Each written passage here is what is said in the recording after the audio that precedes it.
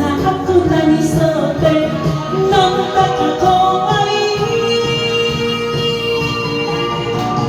それじゃあさよなら言ってと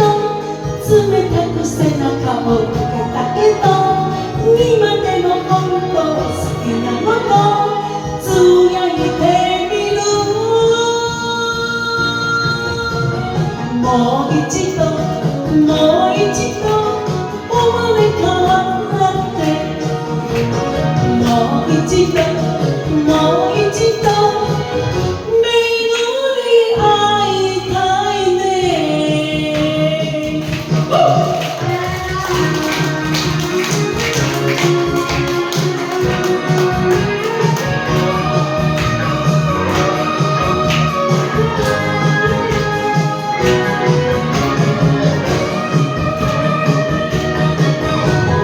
お久しぶりね、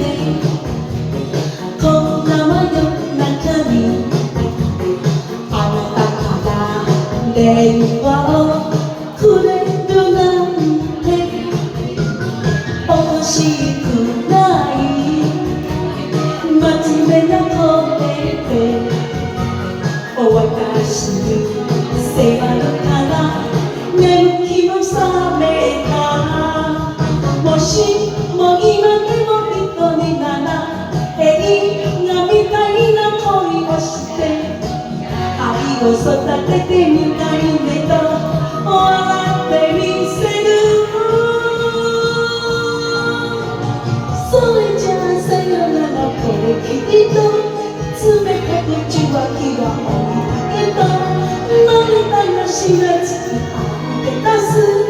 どうかしてるね。もう一度もう一度生まれ変わってもう一度もう一度